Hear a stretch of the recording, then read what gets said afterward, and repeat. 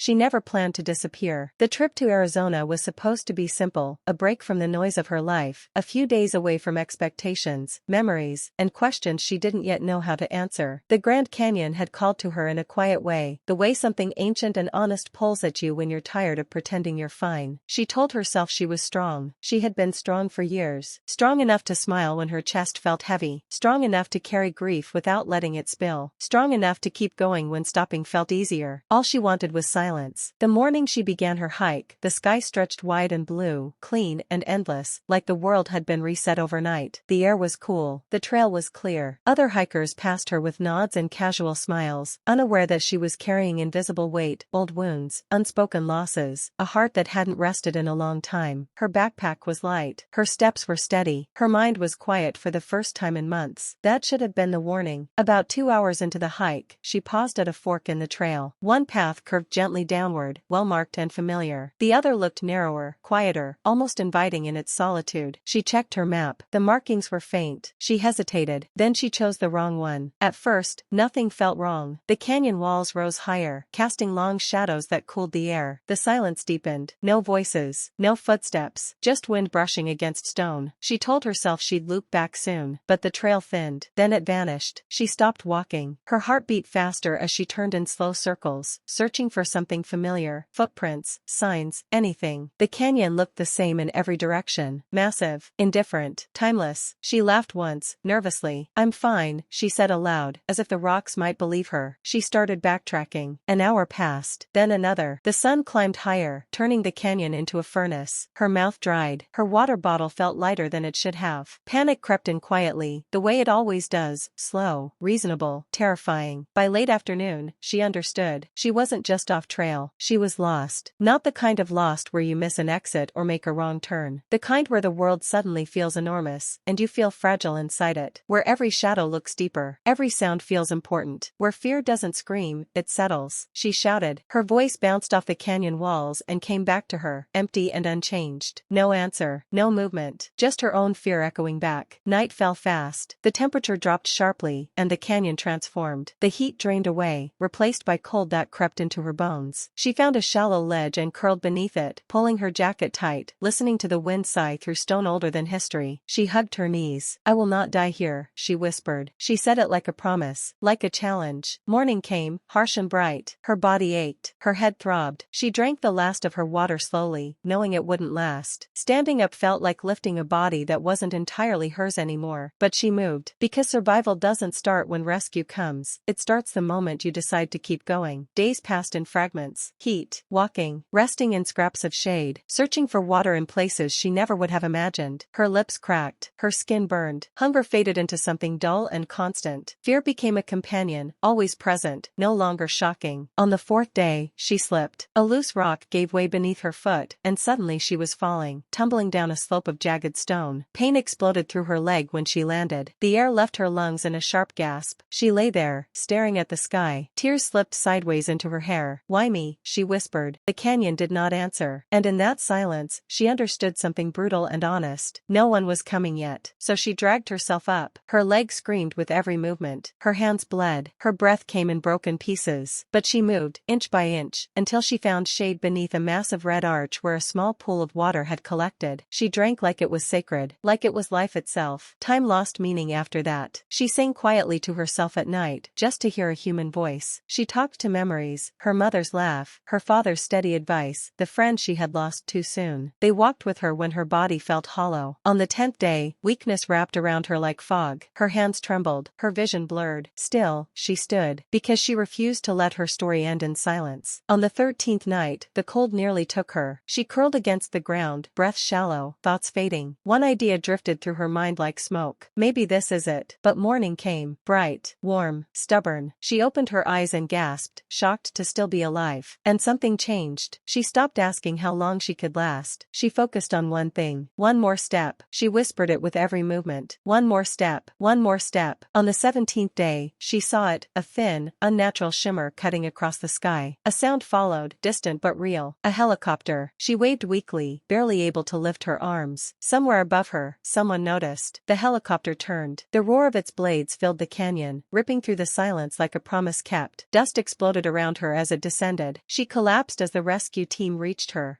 body shaking, her voice gone, but her eyes were open, alive. When they lifted her into the helicopter, she looked down at the canyon that had nearly taken everything from her. She felt no anger, only gratitude. In the hospital, doctors called her survival impossible, a miracle, a fighter. She shook her head gently. I was just done giving up. Her scars healed slowly, her body recovered, but something inside her had already changed forever. She had met herself out there, stripped of comfort, stripped of illusion, and she learned the truth. Strength isn't something you're born with. It's something you become when you refuse to surrender even when the world is silent.